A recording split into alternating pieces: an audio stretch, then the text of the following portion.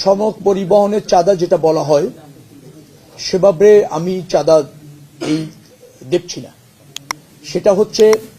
সেটা হচ্ছে বাস মালিক সমিতি আছে, আবার শ্রমিক সমিতিগুলিও আছে, ফেডারেশন আছে।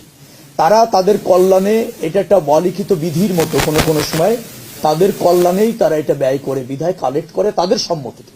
চাঁদা আমি ওইটাকে বলতে চাই যে কেউ দিতে চান না বা তাকে বাধ্য করা হচ্ছে, সেটা হলো চাঁদা।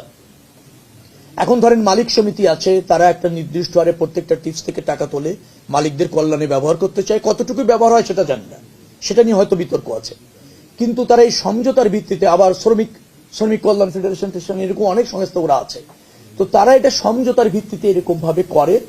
সেখানে আবার প্রাধান্য পায় যখন যার প্রভাব থাকে ওই মালিকদের মধ্যে, অথবা দলের প্রভাবও থাকে।